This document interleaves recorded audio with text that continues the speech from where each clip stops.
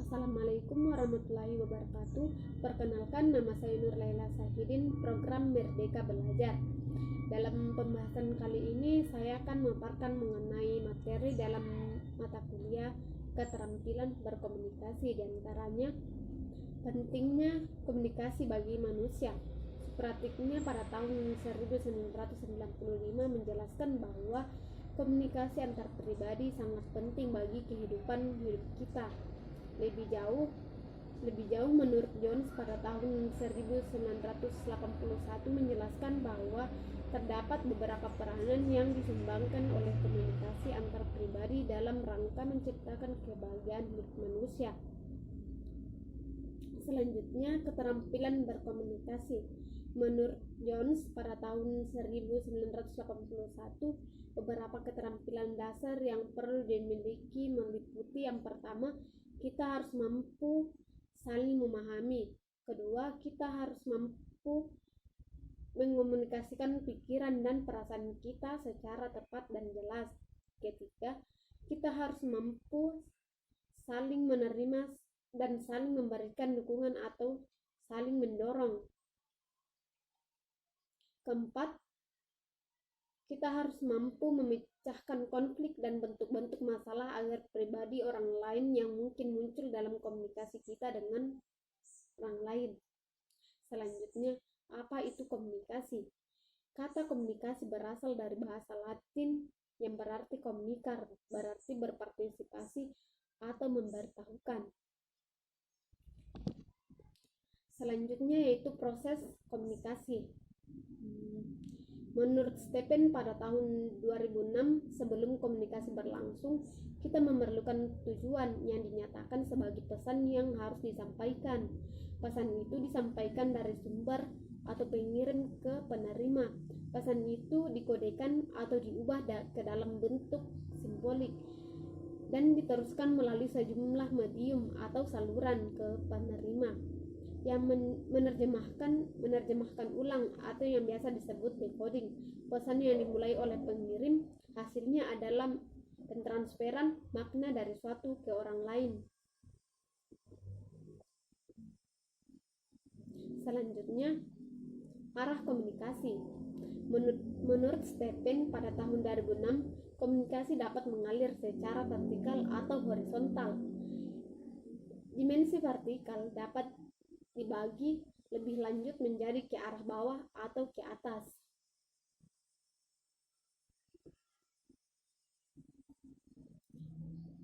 Komunikasi satu arah dan dua arah.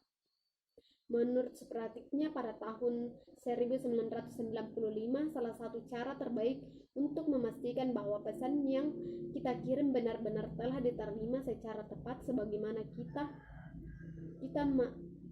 maksudkan adalah dengan mendapatkan umpan balik tentang akibat atau pengaruh yang ditimbulkan oleh pesan tersebut dalam diri penerima.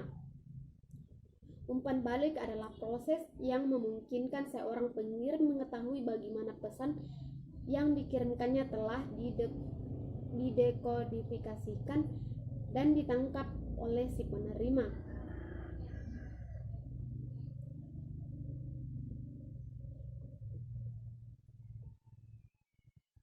Selanjutnya, jenis-jenis komunikasi.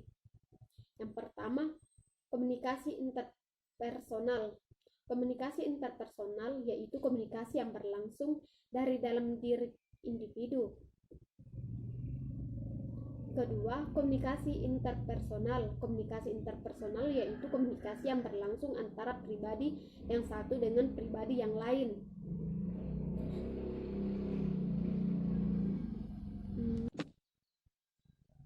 Selanjutnya yaitu komunikasi kelompok. Komunikasi kelompok adalah komunikasi yang berlangsung antara kelompok dengan kelompok, antara kelompok dengan individu, antara individu dengan kelompok. Selanjutnya, komunikasi massa. Komunikasi massa adalah komunikasi yang berlangsung antara individu atau kelompok yang biasa disebut dengan organisasi, dengan halayak banyak atau massa.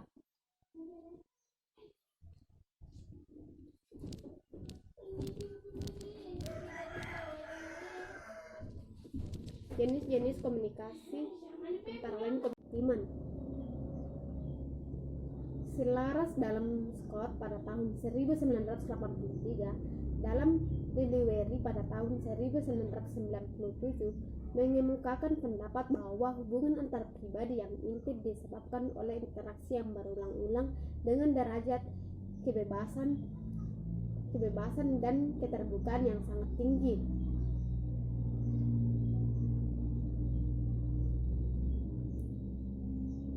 Lebih lanjut, Kelly telah membagi beberapa tahap cinta, yaitu cinta karena nafsu. Cinta karena nafsu berlangsung di antara pribadi yang berhubungan antar pribadi mereka tidak dikontrol. Kedua, cinta pragmatis. Cinta pragmatis terjadi kalau hubungan antar pribadi berada di bawah kontrol bersama. Jadi hubungan yang mengandalkan keseimbangan timbal balik, mereka saling mengontrol emosi, kapan harus suka dan kapan harus duka. Yang ketiga, cinta altruistik. Cinta altruistik atau cinta mama. Jenis cinta ini melanda hubungan antar pribadi yang berlandaskan atas cinta yang tulus dan menyerahkan seluruh kepribadian. Contoh, cinta ibu kepada anaknya. Cinta ini selalu memberikan kasih sayang tak terbatas. Selanjutnya, tahap hubungan suami istri. Kalau hubungan antara dua orang dari jenis kelamin yang berbeda melewati batas hubungan jika berkategori intim dan akrab, maka pasangan lelaki dengan perempuan tersebut bisa meningkatkan hubungan menjadi suami istri. Selanjutnya, tahap hubungan orang tua dengan anak. Jenis hubungan ini adalah hubungan yang terlihat di antara orang tua dengan anak-anak mereka dalam suatu keluarga inti. Anak-anak merupakan hasil perkawinan, buah cinta yang mendalam dari sepasang suami istri. Selanjutnya itu tahap hubungan persaudaraan. Jika jumlah anak dalam suatu keluarga makin bertambah, maka terjadi pula hubungan yang disebut siblings.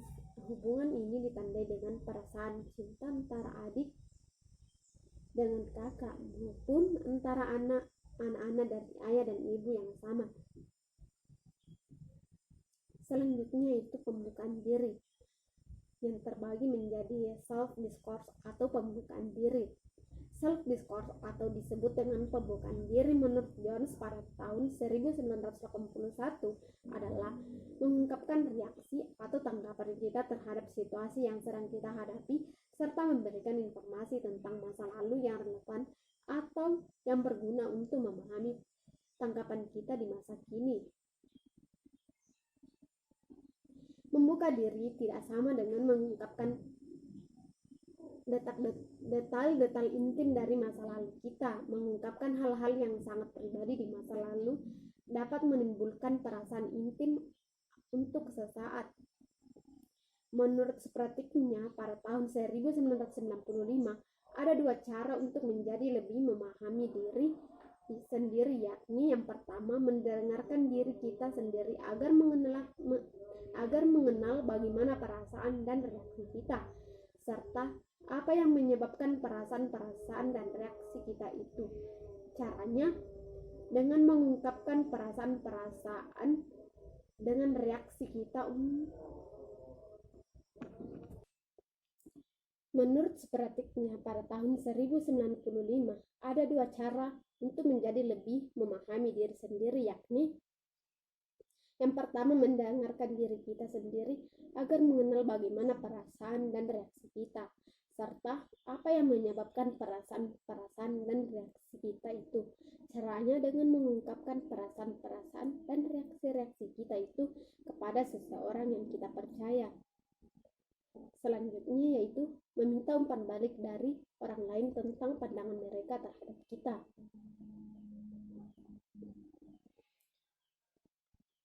Selanjutnya yaitu jendela Johari. Selanjutnya yaitu jendela Johari. Sebuah ruangan berserambi 4 yang mereka sebut dengan jendela Johari sesuai dengan nama depan mereka. Serambi pertama berisi hal-hal yang kita ketahui dan diketahui oleh orang lain. Serambi kedua berisi hal-hal yang tidak diketahui namun diketahui oleh orang lain, maka disebut daerah buta. Serambi ketiga berisi hal-hal yang kita ketahui namun tidak diketahui oleh orang lain, maka disebut daerah tersembunyi. Dan yang keempat yaitu berisi hal-hal yang tidak diketahui baik oleh diri kita sendiri maupun oleh orang lain.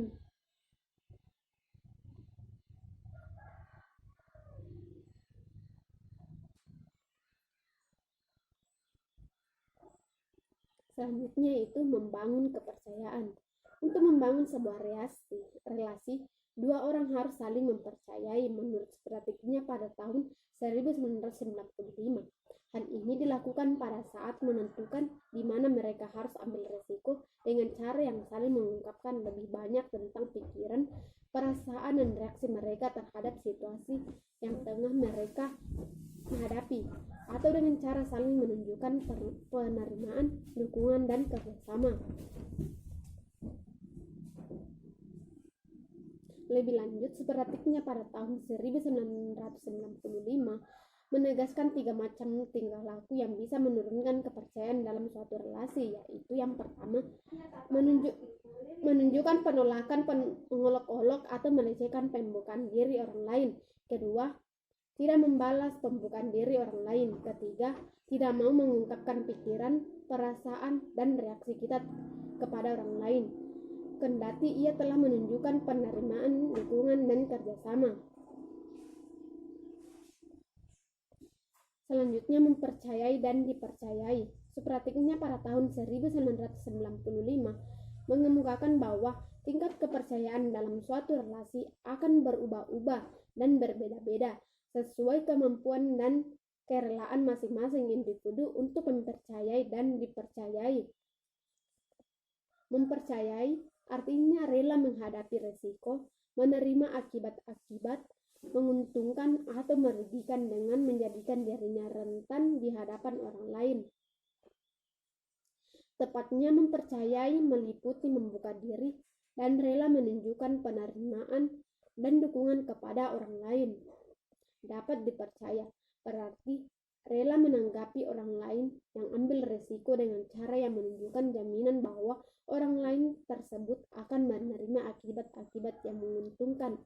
Jadi, meliputi penerimaan atas kepercayaan yang ditunjukkan oleh orang lain kepada kita. Dalam hal penerimaan, menurut Spratiknya pada tahun 1995, ada 2 hal yang perlu dicatat, yaitu yang pertama, penerimaan. Penerimaan terhadap orang lain biasanya merupakan hasil atau akibat dari dan hanya dapat dimulai dengan penerimaan diri. Selanjutnya, yang kedua, penerimaan atau dari orang lain merupakan kunci untuk mengurangi kecemasan dan rasa takut bahwa diri kita menjadi rentan terhadap serangan dari orang lain. Selanjutnya yaitu hambatan komunikasi efektif.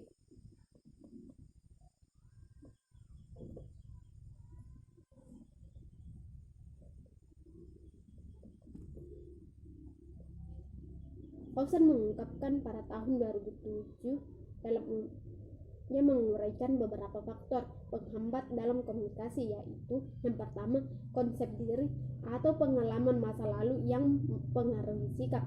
Kedua, menutup diri terhadap info baru. Ketiga, penilaian terhadap pengirim pesan. Keempat, pengamatan yang berbeda. Kelima, perbedaan persepsi. Keenam, pengaruh emosi. Dan yang ketujuh, salah informasi.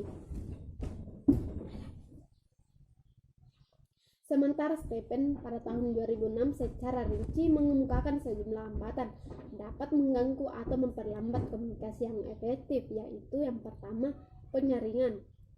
Penyaringan mengacu ke pengirim yang memanipulasi informasi sedemikian rupa sehingga akan tampak lebih menguntungkan di mata si penerima. Kedua, persepsi selektif. Penerimaan dalam proses komunikasi secara selektif, melihat dan mendengar berdasarkan kebutuhan, motivasi, pengalaman, latar belakang, dan karakteristik personal lainnya. Dan yang ketiga, informasi berlebih. Setiap orang memiliki kapasitas terbatas untuk mengolah data. Mereka cenderung menyeleksi, mengabaikan, melewati, atau melupakan informasi, atau mereka menghentikan pengolahan sampai situasi informasi terlebih itu lewat. Selanjutnya itu emosi. Bagaimana perasaan penerima pada saat menerima komunikasi akan mempengaruhi cara dia menginterpretasikan pesan serupa yang Anda terima. Ketika marah atau kesal saling diinterpretasikan secara berbeda dibandingkan ketika Anda senang. Selanjutnya itu bahasa. Kata-kata bisa memiliki arti yang berbeda bagi orang yang berbeda pula. Usia, pendidikan, dan latar belakang budaya merupakan 3 dari variabel-variabel yang begitu mempengaruhi bahasa yang digunakan seseorang dan definisi dan yang dia berikan ke kata-kata itu. Para pengirim cenderung berasumsi bahwa kata-kata dan istilah yang mereka gunakan berarti sama-sama bagi penerima dan bagi mereka sendiri. Tentu saja ini seringkali tidak benar, jadi menciptakan kesulitan komunikasi. Dan yang keenam, kegelisahan komunikasi. Hambatan besar lainnya terhadap komunikasi yang efektif adalah bahwa beberapa orang, diperkirakan 5-20% dari populasi, menderita kegelisahan komunikasi atau kecemasan yang melemahkan. Meskipun banyak orang takut berbicara di depan kelompok, kegelisahan komunikasi merupakan masalah yang lebih serius karena kegelisahan jenis ini mempengaruhi seluruh kategori teknik komunikasi.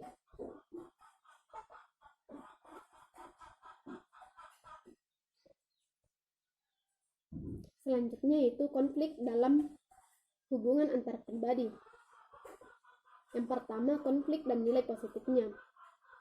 Pada umumnya, masyarakat memandang konflik sebagai keadaan yang buruk dan harus dihindarkan. Konflik dipandang sebagai faktor yang akan merusak hubungan, maka harus dicegah bila kita mampu mengelolanya secara konstruktif. Konflik justru dapat memberikan manfaat positif bagi diri kita sendiri maupun bagi hubungan kita dengan orang lain. Menurut Johnson, pada tahun 1981, beberapa contoh manfaat positif dari konflik adalah: yang pertama, konflik dapat menjadikan kita sadar bahwa ada persoalan yang perlu dipecahkan dalam hubungan kita dengan orang lain. Kedua, konflik dapat menyadarkan dan mendorong kita untuk melakukan perubahan-perubahan dalam diri kita. Ketiga, konflik dapat menumbuhkan dorongan dalam diri kita untuk memecahkan persoalan yang selama ini tidak jelas kita sadari atau kita biarkan tidak muncul ke permukaan.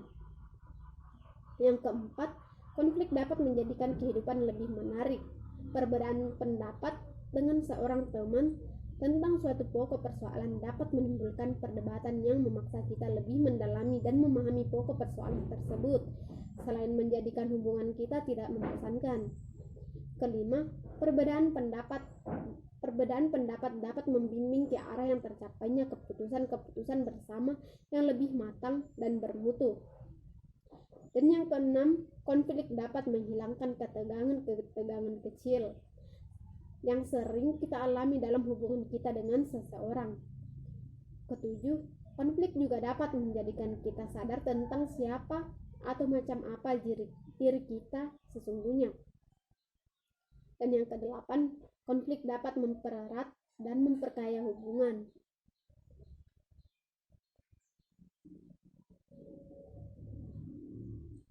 Ada 4 hal yang dapat dijadikan patokan untuk menetapkan apakah konflik yang kita alami bersifat konstruktif atau destruktif. Suatu konflik bersifat konstruktif bila sesudah mengalaminya. Yang pertama, hubungan kita dengan pihak lain justru menjadi lebih erat, dalam arti lebih mudah berinteraksi dengan bekerja sama. justru lebih saling menyukai dan saling mempercayai. Ketiga, kedua belah pihak sama-sama merasa puas dengan akibat yang timbul setelah berlangsungnya konflik. Keempat, kedua belah pihak makin terampil mengatasi masalah konstruktif konflik-konflik baru yang terjadi di antara mereka. Selanjutnya, strategi dalam mengatasi konflik. Johnson pada tahun 1981 mengemukakan bahwa terdapat 5 gaya dalam mengelola konflik. Yang pertama, gaya kura-kura. Kura-kura lebih senang menarik diri bersembunyi di balik tempurung badannya untuk menghindari konflik. Kedua, gaya ikan hiu. Ikan hiu sering menaklukkan lawannya dengan memaksanya menerima solusi konflik yang ia sodorkan. Baginya, tercapainya tujuan pribadi adalah yang utama, sedangkan hubungan dengan pihak lain tidak terlalu penting. Baginya, konflik harus dipecahkan dengan cara satu pihak menang dan pihak lainnya kalah. Dan yang ketiga, gaya kancil. Seekor kancil sangat mengutamakan hubungan dan kurang mementingkan tujuan-tujuan pribadinya. Ia ingin diterima dan disukai oleh binatang lain. Ia berkeyakinan bahwa konflik harus dihindari demi kerukunan. Setiap konflik tidak mungkin